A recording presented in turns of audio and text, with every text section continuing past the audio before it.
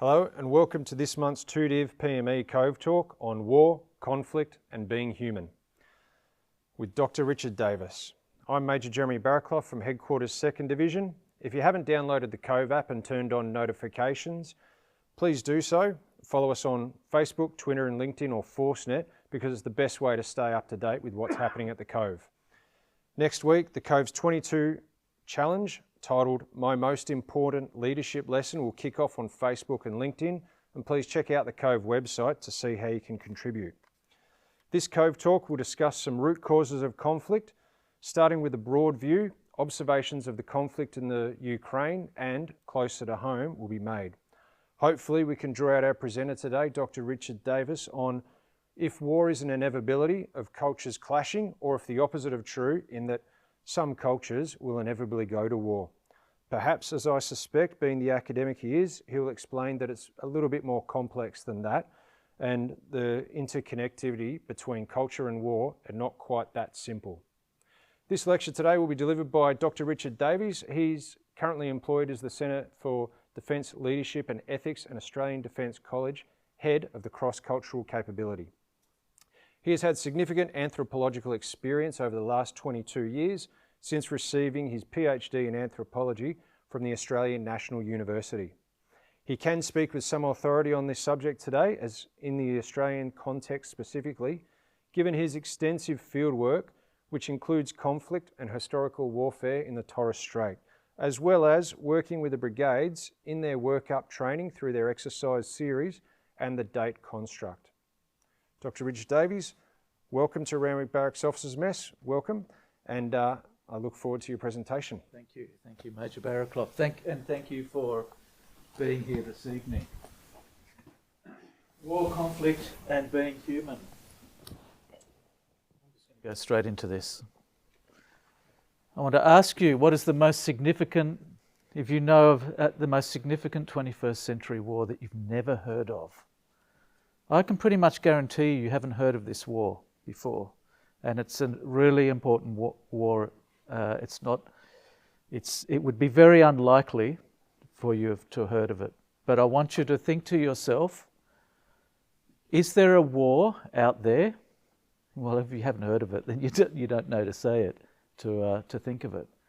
But I want you to imagine a war, or think of a war that's way outside of your normal way of thinking about war. And what I'm about to say is I'm going to convince you, I think, that this is perhaps the most important 21st century war, or at least it's one of the most important 21st century wars out there. Can you think of a war that you might not have known of? You're allowed to speculate. You're allowed to be imaginative. A war of ideas. That's not right, not what I'm going for, but it's kind of breaking out of the box a bit, trying to think somewhat outside of the sort of the belligerent wars that we tend to, the terrain-based wars that we tend to think of. Anyone else? Truth. Interesting. Both are about ideas, again, or values. I'm going to keep moving on here. The most significant 21st century war you have never heard of. Does 2019 ring a bell? Does this place ring a bell? Anyone getting warmer? No? Between two groups who live closely together? Doesn't ring a bell at all? It's a fight between chimpanzees and gorillas. And I want to convince you, I'm trying to take you through why this is a really important war. The really important reason that a fight that occurred in west coast of Central Africa in 2019 is important is that it has never happened before. Not in all the record, there is no evidence that chimps and gorillas have ever fought before, and there's no archaeological evidence for it either. There are no skeletal fragments, there is nothing. So this is the first time that we know of that chimpanzees and gorillas have gone to war. Why does that matter? Sorry. They normally coexist peacefully. They typically avoid one another And in fact, the territories often overlap, and they often share similar foodstuffs, and they don't go into conflict with each other. Gorillas are largely peaceful. I know that you've seen them in their big bad ugliness, but mainly when they do violence, it's usually performative. So when they're doing that great big bashing of the chest, it's basically a scare tactic. They very rarely come into physical conflict with each other. It's mainly defensive. When an alpha male comes into a group, potentially threatens the other alpha males' kind of breeding rights, if you like, for the females of that group. And so they'll start hitting the chest and saying bugger off. Chimps are completely different. They are aggressive, and they will attack individually and they will attack in groups. And they are, we think, known to murder. They will commit homicide. And they will raid other groups as well. They don't act defensively. They're killers. They're very aggressive. So these two groups don't, as a rule, they don't fight each other. So what happened in 2019 and why is it important to know about? Essentially, it was over food. The food in the region that they fought in started to dry up, and so there was contestation over it. Now, we know that food's a resource. So basically, if you want to put it in kind of human language, it was a resource war. And there are a couple of important aspects to that, why that's important. The first is that when scholars talk about the roots of human conflict, they go to chimpanzees. And I'll tell you why in a bit more detail. And this kind of has relevance for the present and the way we think of conflict in the world today. So killing, and this tells us about us as human beings, and I'll get into that a little bit later. Killings amongst primates, only chimps and only humans kill members of other groups. It's not uncommon for mammals to kill members of their own group, but it's incredibly rare to kill members of other groups, other species, just for, not for reasons of food, but just for killing, for the purpose of killing, for say taking out a revenge or something of that nature. When a lion brings down an antelope, that lion does so for food. A chimp might kill another chimp just to kill that chimp, or for reasons we're not entirely clear about. So do humans. So we're the only primates that kill members of other groups. This leads to this question amongst a lot of scholars. Does the propensity to kill others, whether by your own hands or with arms, leads us towards collective violence? So there's a subtle difference. If you use your fists, that's one kind of violence. The moment you pick up an object and you form a coalition with another, you're stepping outside of a particular kind of killing into group killing using arms. And that is a dramatic distinction. Here is a thing that human beings do that's unique to us. We kill for personal reasons. We kill out of revenge, we kill for all sorts of reasons, but they're personal. That is when individuals kill. Now, homicide is not war. It's killing, but it's not war. War is social. War is when people are organised into groups to kill other groups. So this is why war is collective, homicide is personal. It's the major distinction between the two forms of killing. This is why the chimp versus gorilla war is important, because if human beings go to war against other human beings or other members of our groups, of our species, if you like, then this particular fight between these two groups of primates might tell us something about what motivates us to fight other groups ourselves, because we are unique in forming groups for the purposes of killing other groups. Another way of putting this is armed conflict basically an evolved capacity to eliminate potential competitors? Is that basically what war is? You see a competitor and you want to take out that competitor. Because really that's not much different to what primates do and many other species do. Take out a potential competitor. And if that's the case, then we can learn a lot from outside of our own species. Or has war only emerged over recent millennia, as changing social conditions provide the motivation and organisation to collectively kill? In other words, the first point is, is it a war innate to the human condition, or did it emerge only recently in human history? Now, the first position is what's called the Hawke's position. The Hawke position is that human beings have an innate propensity to engage in collective violence, to go to war. The second position is referred to as the Dove position, that war emerged in recent human history, not as a genetic inheritance, not as something that's in the genes, so to speak. So why is this important to know?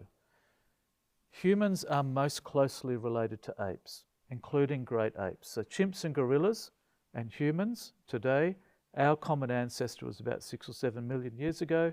Chimpanzees are our closest relative on the primate tree.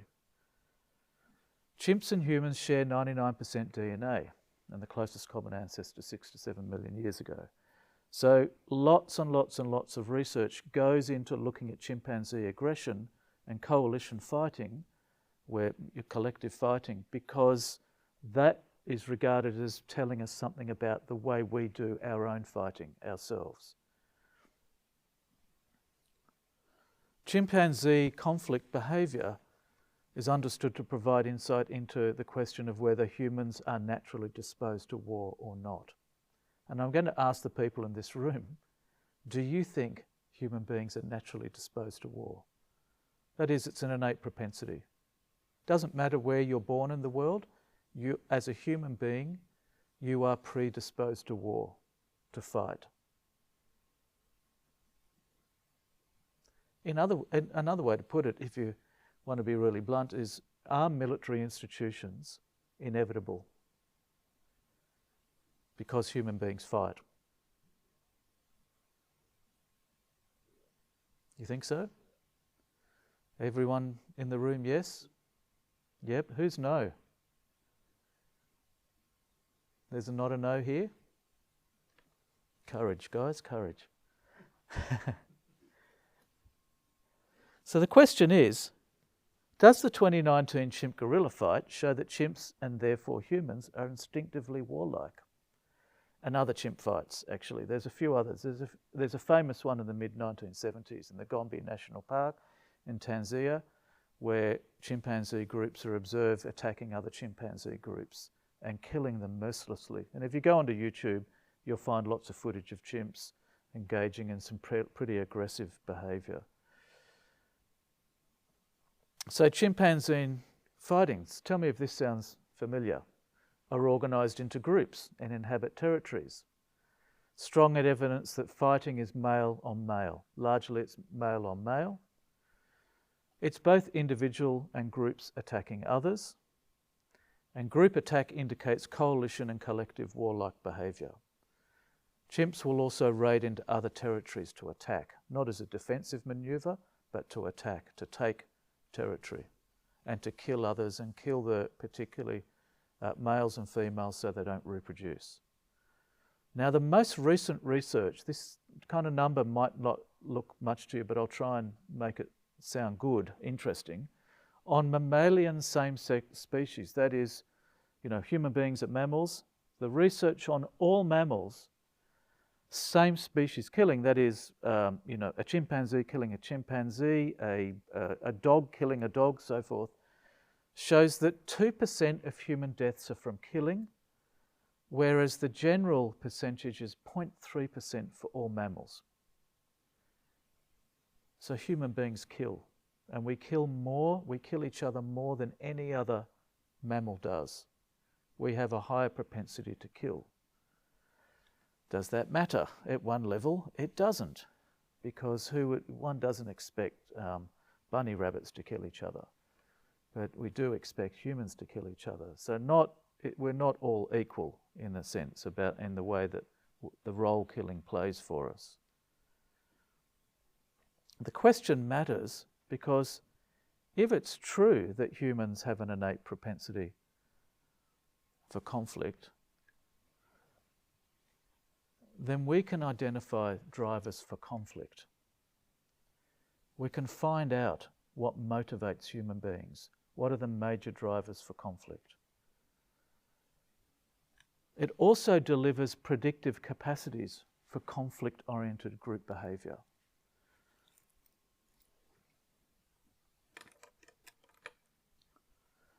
And that predictive capacity is particularly important in strategic thinking.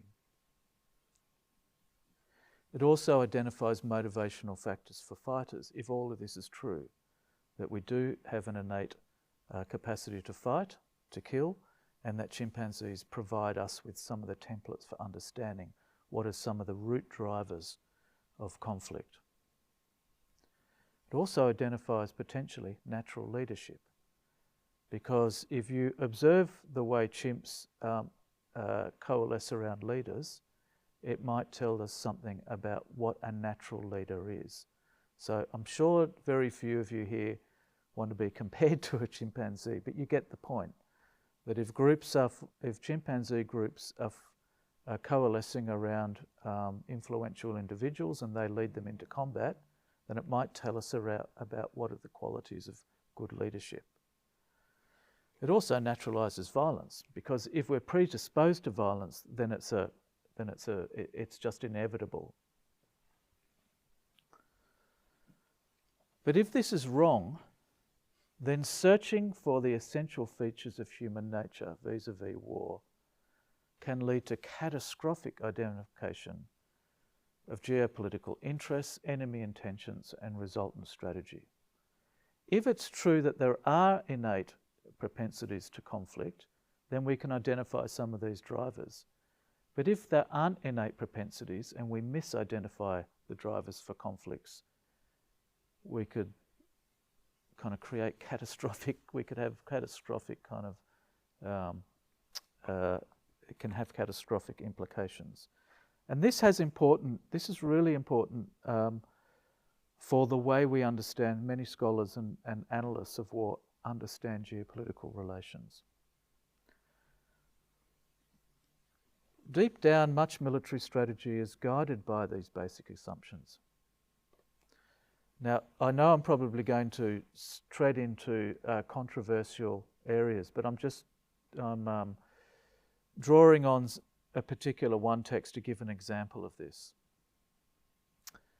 The US ARIS consideration of, not up there yet, sorry, of undergrounds and human insurgencies. Page 6, quote, "Basic human nature does not change, and much has remained the same throughout the history of human political conflict." I can't tell you how many times I've read something like that at the beginning of strategy manuals or statements around how to understand conflict, drivers for conflict, and so forth, particularly in counterinsurgency, but not limited to this at all. So it's kind of understood that human beings have a propensity for war, and there's going to follow some features. And if you look at if my reading of much of the last 20 years of counterinsurgency doctrine, right deep down in there is an idea that about in-groups and out-groups. That however you want to form those groups, they're deeply what motivates groups to form themselves into insurgent groups or oppositional groups to other forces is some sense of in and out. And this goes to that deeper sense that basic human behaviour propels us to form groups to push against other groups that will create conflict. The political scientist Francis Fukuyama, who you may not have heard of, and if you have, he's the fellow who coined that the end of history was nigh in the early 1990s. Basically, that what he was saying was a form of neoliberalism was so prominent, was so successful that we've kind of arrived at an end point of human development in terms of political and economic systems. He's very kind of very influential thinker. So he argues that war is biologically in humans, and because war is social, it's always social, that collective group behaviour, politics is also innate. So human beings are political beings, and basically, as we know from Clausewitz, war is politics by other means. And Fukuyama's going, if that's the case, then we can identify some of the drivers for that in these kind of early primate materials. And so he goes on to develop a whole series of ideas about what constitutes leadership in war, what drives conflict around this literature that I've been referring to. I don't know if you've heard of this fellow Bradley Thayer. His major book is Darwin and International Relations. He's largely has been this work is largely a work on the drivers for international conflict. And he argues that basically human beings are scaled up chimpanzees, if you like. Chimpanzees form into small groups of 4 or 5 coalitions. Human beings do this at a larger scale, at a national scale, at an ideological scale, religious, around social ideals and so forth. But basically we're doing the same kind of thing. So his argument is if you can understand how that works there, in that primate world, you can understand a lot about what's going on in the human world.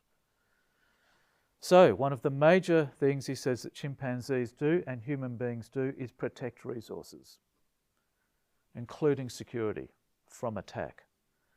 And he's prescient in some ways because that's certainly what the nature of emergent conflict is at the moment and is likely to be in the future, is access and control of resources. He also says that basically that's a form of rational choice behaviour that attempts to secure the in-group from the out-group. So if you're attempting to secure resources by attacking another who may be a competitor for that same resource, this is rational behaviour. It's certainly violent, it might be violent, and it might be messy, but from his point of view, that's rational.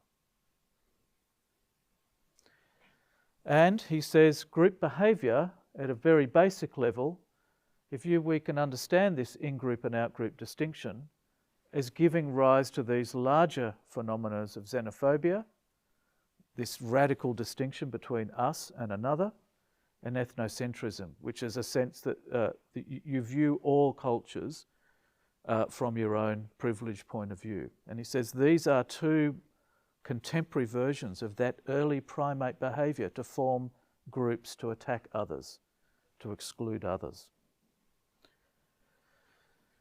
And this has been used, this notion in general, to explain Russian attack on Ukraine, for example. I don't think that it's a good argument myself, but I do raise this just because it has been raised, and I'm not the one generating this, I'm kind of reporting it. It's also used to explain Chinese interests through Southeast Asia and the Pacific, that they are projecting their influence wider, that this is a form of in-group, out-group kind of behaviour on a very, very large geopolitical scale. This is also similar terrain to Mike Martin's arguments in his book Why We Fight. And his argument in there, if you've ever read or heard of that, is that the use of oxytocin in the brain, the human brain, propels us to seek relationships with others. And in doing that, we form bonds and form group behaviour and strong group coalitions and group collectivity.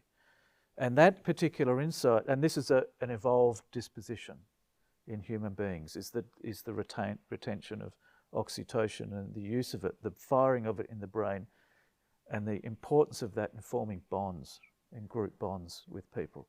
And he says this is why it's such a bad idea to use force against insurgent groups, because the moment you do that, you just create the circumstances for them to increase their bonds to each other. And one of the primary ways the increase of that bonds occurs is the brain's firing off oxytocin, which is this bond-forming chemical. Again, they're all in the realm of evolution is driving conflict-type behaviour. So are these arguments valid? If wars are natural eruptions of instinctive aggressive group protection, then why look for other answers? Don't need to. You can throw your kind of coin doctrines out the window, your human terrain analysis out the window. You don't need it because we're just human beings. Doves, in response to this kind of innate argument, draw on archaeological evidence. And I'm going to run through this extremely quickly. It's clear that human beings, as far back, what constitutes humans is a complicated thing. We know that in the past there are anywhere between 8 and 9 versions of humans. We've got one at the moment, present in the world.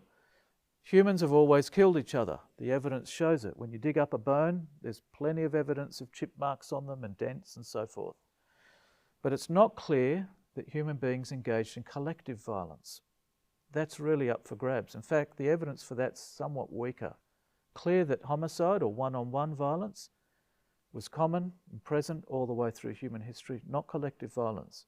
So many skeletons also show no violence, so low levels of violence. The archaeological evidence shows us that war largely emerges around 12,000 years ago. So they will argue that on the basis of that human beings are not predisposed to war, that it's an emergent condition.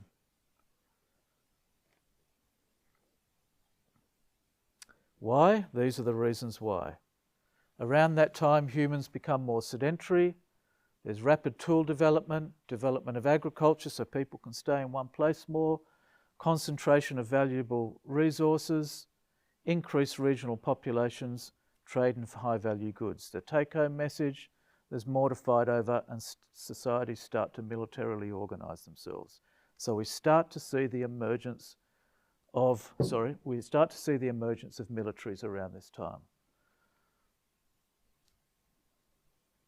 to protect these high-value goods, and also settlements. So the earliest evidence of human warfare is in the Sudan. So far, 12 or 13,000 years ago. But archaeology only tells us so much.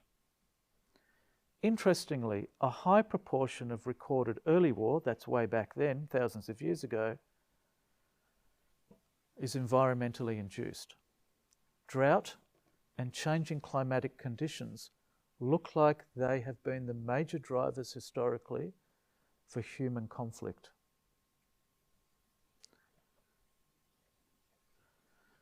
Around AD, for example, 1300, the Little Ice Age, there's a big increase in wars across the Americas and the Pacific and elsewhere. This is one of our best test cases for validity, for validating this understanding that climate and environment is often the major driver of conflicts. And that's climate change it's understood that was at the root of that chimp-gorilla conflict. So this is the counter-argument, that one argument goes, the hawk argument goes that chimps attack gorillas because chimps are naturally disposed to be aggressive. The counter-argument is that the food decline was related to climate shift, which was the particular trees that these fruits come from were dying out. There wasn't enough water, there was drought, and this was a climate-induced problem. So the chimps, being naturally aggressive or being more prone to be aggressive, attacked a rival for that food source. Another example of where some of these innate arguments haven't been so helpful is that there are many, when the big empires started their big spread out from about the 1700s and they encountered indigenous people, record after record after record shows a lot of indigenous people fighting each other. And because indigenous peoples live at a small scale, it's often thought that they tell us about earlier versions of modern complex human societies. So when indigenous people were seen to fight each other, it was evidence that we were like that ourselves at some other part of our history. It's now understood to be an erroneous argument that almost every single conflict they encountered was caused by colonialism. So it was the impact of the Germans in Indonesia, it's the impact of the British through parts of Africa, it's the impact of the French in parts of the Pacific and so forth and so on that was causing conflict, largely because they're moving into the territory of indigenous people or taking up their resources, which means it's fomenting greater conflict. The take-home message: external influences are often the major drivers for war. So, is this human nature or not? Just to start off, very few thinkers currently subscribe to a human nature. Very few. That there's something in there. Yes, humans are a biology and have genetic inheritance. But what thought advantage does this give us? Because I'm going to throw up some maybe irrelevant, but maybe kind of titillating, interesting sort of statistics. Fruit flies and humans are 60% genetically identical. In the interests of being transparent, it's in a particular area in these genes around development. Chickens and humans are also 60% share 60% DNA, particularly in this protein development area. And lastly, just for effect, bananas and humans are also 60% identical in terms of DNA sharing. It's in this particular area. And on that basis, if you use these kind of propensity arguments, we should be looking at these species for at least some indication of some of the things that make us human. And in fact, we do. Fruit flies are what's used for medical development. But we're not looking at fruit flies to tell us about group behaviour or conflict or ethical values or culture or so forth. That's not where we're looking at. So there are real limits to kind of relying on that innate argument. Should we be studying these for insights into conflict and peace? My argument is we shouldn't. I've already mentioned Ukraine this evening. Now, according to Bradley Thayer, Russia's being largely ethnocentric. It's seeking to take the territories of the eastern part of Ukraine because it sees them as part of their natural territories and natural peoples. So is Russia being xenophobic or ethnocentric? Are they following their long-term innate human propensities to be like that? Let's do a little bit of history. Ukraine became part of USSR in 1922, gained independence in 1991. The Russian-speaking East, when they became independent, was tacked on to the agricultural region. They were basically really incompatible groups, a largely agricultural world with these Russian-speaking groups that had come from, had a different kind of industrial experience. And this created pro-Russian tensions with the nationalistic Western Ukraine regions. And this led to civil war, And the Minsk Agreement led to the promise of Donetsky and Lugansk autonomy. That Minsk solution broke down. So the point being here is that modern Ukraine was poorly formed, or at least it was formed in a way where it was always going to create internal tensions. And this brought in complex national and international forces. So the UK and the US got very interested after civil war broke out in Ukraine. Now, there's been long years of conflicts, and this is politics. Let's be clear about that. But it's not that there's a propensity that basically Russia is some advanced version of primates looking to kind of, extend its in-group territories, if you like. In fact, what's happened is that the conflict has created xenophobia in Ukraine. It's conflict that has given rise to some of the far-right groups in Ukraine. It's not because they kind of naturally occurred because of some xenophobic kind of tendencies. And I want to advance this argument again and bring it more closely into our own region.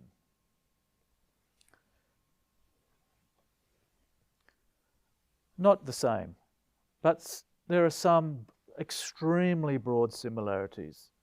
China wants a large sphere of influence. It's different to Russia. Russia wants a larger sphere of territory. China wants a larger sphere of interest.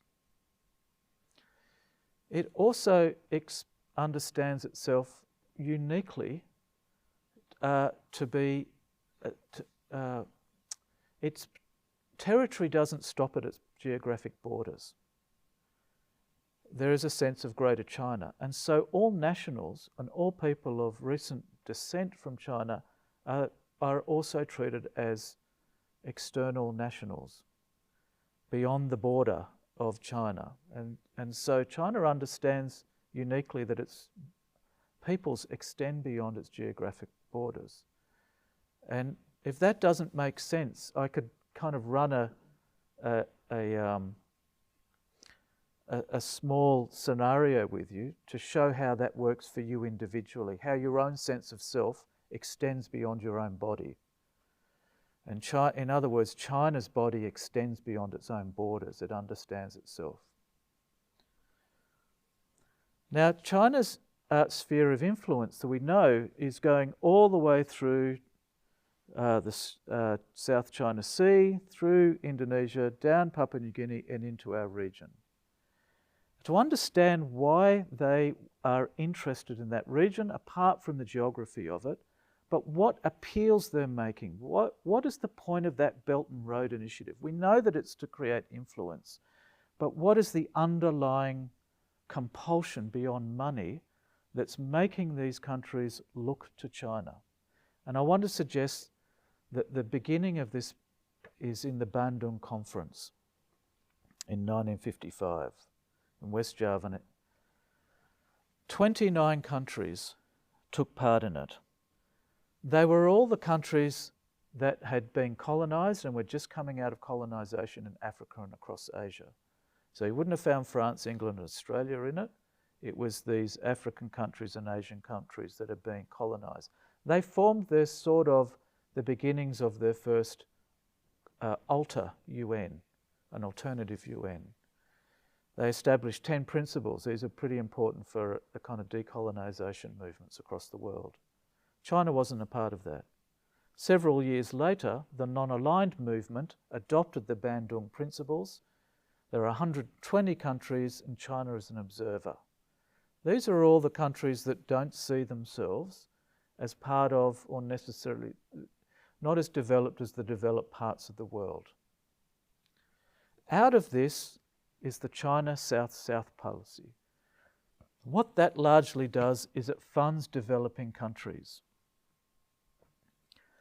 China makes its pitch to this region and beyond on the basis that it has suffered at least a good century of being controlled and put down and underdeveloped by larger powers.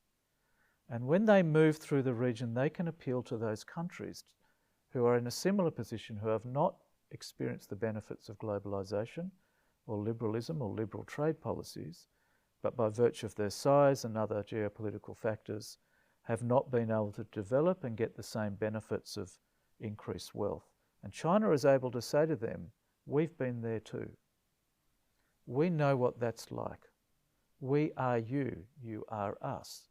That is a very, very powerful motivator for paying attention to China's pitch. And it's why countries like Australia struggle, because we can't tell the same story ourselves. So, China wants to unite nations, largely kept out of the benefits of globalisation.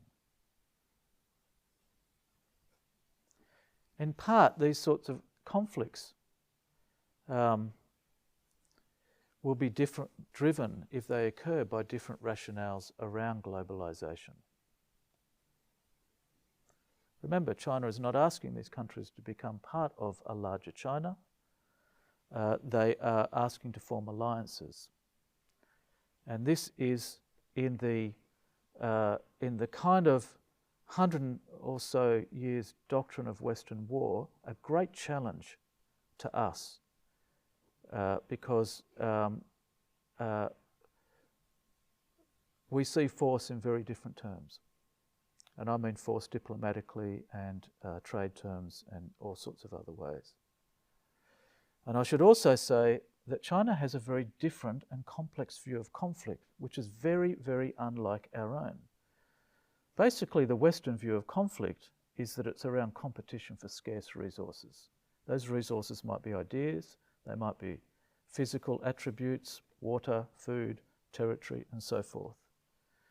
China, since the Second World War, has had a very different notion of conflict, which is around internal conflict and pitching groups, not pitching, but groups struggling for increased influence with other groups internal to countries. It's not an ideology that is common in the West or been accepted in the West. So there are views coming out of China that that look at conflict in very, very, very different ways. It's not to do with great nations coming together, it's got to do with the way populations relate to each other. My view, humans have a propensity for conflict, of which violence is one manifestation. In other words, Ukraine and China are not following and Australia and the UK and the US are not following some predisposed tendency towards seeking difference with each other, but there are political interests at play here, cultural interests. So humans have a propensity for conflict, but that conflict can take different forms, of which violence is only one manifestation. But humans also have a propensity for many other things, such as laughter, sex, curiosity, and so forth. The place to look for understanding what gives rise to conflict is not in appeals to human nature. It gives rise to a false sense of global similarity. It's hard to see what is before you if you go down that path. The importance, I think, which I tried to show very briefly in that very brief discussion of our region and Russia, Ukraine, is the importance of social, cultural and historical analysis. That's going to yield the better strategic insights. And that's enough for me. Thank you. Thank you very much, Richard. Oh, please stay up here.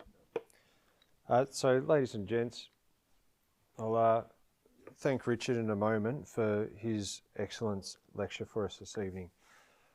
What I've got up on the screen there is the number if you do choose to SMS in some questions. And as I was listening, I was just reflecting on some of my previous studies, and I recall, strategy is inherently ethnocentrism or inherently ethnocentric as a strategist. And reading on the slides there about chimpanzees and gorillas, I'm fearful of the day where they start to form a collective and we end up in a Planet of the Apes type scenario, particularly as the effects of climate change kick in, and we're all fighting for those same resources. As you mentioned, resources are a source of conflict, but what about people as a resource, as in conflict and people and control and influence over people as a resource, as a source of conflict? I'll just ask you for your thoughts on that.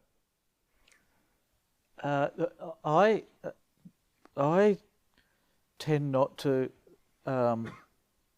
treat people in overly instrumental terms. So the human innate arguers, the hawk people, will phrase that as an issue of security, that groups are always seeking to secure their own validity.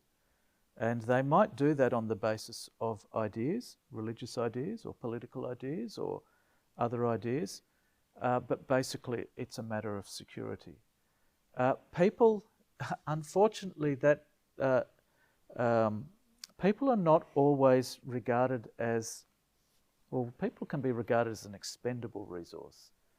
And there are good historical examples of countries disposing of their peoples, not looking to look after them, in effect getting rid of them in order to achieve objectives. So sometimes people are a resource, and at other times they're discarded. But I'm not sure if that's exactly what you're getting at. Good enough, Richard. And just to flip that around though, is considering people not as instruments, but ends in themselves. What do we talk about when we're looking at resistance fighters looking to not be governed, to be outside of that influence and control? And that's an interesting talk. Look, we know that one of the things that we struggled with in Afghanistan and Iraq, is asymmetric war, and where it wasn't clear who an insurgent was, who a civilian was, and who an enemy was, and often when somebody was identified, that they could flip into a different category. And we don't work very well. We've never worked well like that. We like our enemies. We like our red on blues. We don't like red on blues, on greys, on greens, on whites, on whatever colour. But coming conflict's not grey. The coming conflict's rainbow. And the reason I say that is that people shift their locations around constantly. If I could just digress, during the last 15 years, up until about the 2015, you saw the explosion of what was called human terrain analysis. And the Culture and Armed Conflict course that you've done and that I run every year breaks down human society and culture into discrete kind of levels of analysis. It's very useful. So you can kind of, when you see the complex world in front of you, you can go, oh, that's in the economics box, and then you break that down into types of economics, and that's in the politics box, and you can start to see relationships between those and start to map out the terrain and how you're tactically and strategically going to move through that or control it or influence it. One of the things that asymmetric warfare has taught us, that those categories themselves can be very inhibitive, because people shift or they take multiple simultaneous positions, and people belong to more than one group and can have multiple allegiances that conflict with each other. And our thinking around that struggles because we work largely on the basis of a kind of certainty. And we know that we struggled like that in Afghanistan because there was, for a long period, there were high levels of attacks on property by coalition soldiers and assaults on civilians. And the reason for that was that the soldiers had become so frustrated, full of anxiety and depressed because they couldn't work out who was the friend and who was the enemy, that they exploded constantly, and this caused a huge problem. One of the results of that was to change the terms escape me. You know, when you go on the rotation. They lessened the rotation so that people weren't exposed to that. But the point being is that asymmetry, that rainbow kind of war, where people are simultaneously more than one thing, is our future for the pursuit, I think, for conflict, and we're going to have to get our heads around that. We've got a question online, and bear with me, it's a change of tack here. So Colonel Joni Lording has asked us, another big-brained mammal in comparison that she's interested in are the orcas. Orcas in a group will one hand kill one or many whales or other dolphins, but in different times they also show altruistic behaviour with killing in some other species. She's also interested in whether gender and diversity factors also play a factor in war, given that you've already mentioned that predominantly in the chimpanzee gorilla it was tended to be male on male. Well, and absolutely excellent, because really that's an argument for saying that only males should conduct war. That's the problem with Fukuyama, and that's the problem with focusing on chimps, because and it kind of says basically the role of women is to reproduce. That old kind of. But we know historically that women have been great fighters and great leaders, so it doesn't fit with what independent societies who don't have a particular agenda to promote women or to promote men or to not promote the either have independently come at leadership and conflict and the role of men and women in them in their own time. So we know that cross-culturally, we know that historically, there's no requirement for men to be leaders nor to be fighters, because women have been leaders and fighters quite successfully for a long time, and with a lot of evidence to that. The thing about altruism is interesting. I'm not sure how to respond to that, but I will say something. That research isn't strong, but one of the things that makes human beings really very, very unique is that we have something called a theory of mind. And that is that you're here listening to me, and you can infer from what I'm saying and doing something of my state of mind. I know what you can probably thinking about me now, because I can at least tick off some of the things that I know that you're probably not thinking. You're not thinking that I'm about to assault you. You're not thinking that I'm highly anxious and strung out. You're not thinking that I'm aggressive, because my whole demeanour and the way I'm communicating with you gives you an insight into my frame of mind. There are very few other animals that can see into the mind of the other and project what their intentions are. We think the orcas might have that capacity. It's a very, very, very rare capacity to think into the mind of another, but it's an emergent research. I don't know if that helps. It does. Thank you very much. We got a question from in the group here. Major Donna Harding from 17 Brigade. What role do you think greed has to play in as an overlying template over, because greed would go on to resources and things like that, and then that would also then propel the other? Great question. In fact, I would probably put it alongside the equally difficult question about altruism, because there are two ends of the spectrum. Altruism, which is kind of anti-greed and working on behalf of others, for others, with others, and greed, which is the exact opposite. If I could, greed is a term that I don't know is useful. And the reason for that is that it's treated as a kind of moral capacity. And so it individualizes something and says, if you understand conflict, it's for purposes of greed. One of the other ways to get around that, putting my anthropologist hat on rather than my ethicist hat on, is to talk about value and what people value and how people wish to accumulate their ownership or their access to things of value. And that, if you think of what if you pay attention to what people value, or groups, or societies, or nations, you might kind of call that greedy, but it won't really kind of understand why they take valuable, why they think a certain thing is valuable enough to generate conflict to get access to it. Does that, if you want to expand on that question and push me in a different direction, I'm happy to. Thinking about the conflict in the Ukraine, it right. could be very much one man's greed and hubris. When the Soviet Union fell, him and a bunch of his cronies basically stole everything. Yep. And then now they're busy trying to steal something else. That's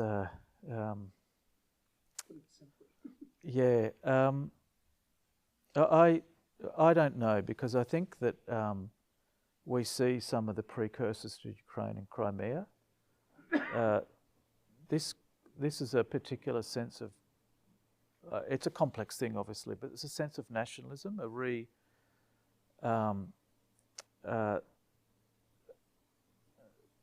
Russia kind of lost its prominence after the revolution in particular ways.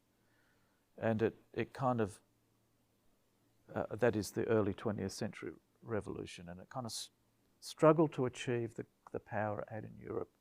It sought to dominate through taking over the Eastern European countries and bringing it into its own, but it's always seen itself as a larger entity for a long time. Ever since, can't remember his nasty name, but one of the Tsars, I think in the 16th, 17th century, Russia flipped its idea that it was just a European nation into becoming an aggrandizing nation. In some ways, Putin can be seen as in a long tradition of aggrandizing Russia and seeking to push that envelope more. I've got to say, Australia, it looks strange to Australia because we are not an aggrandizing country. We don't invade others for the purposes of gaining territory.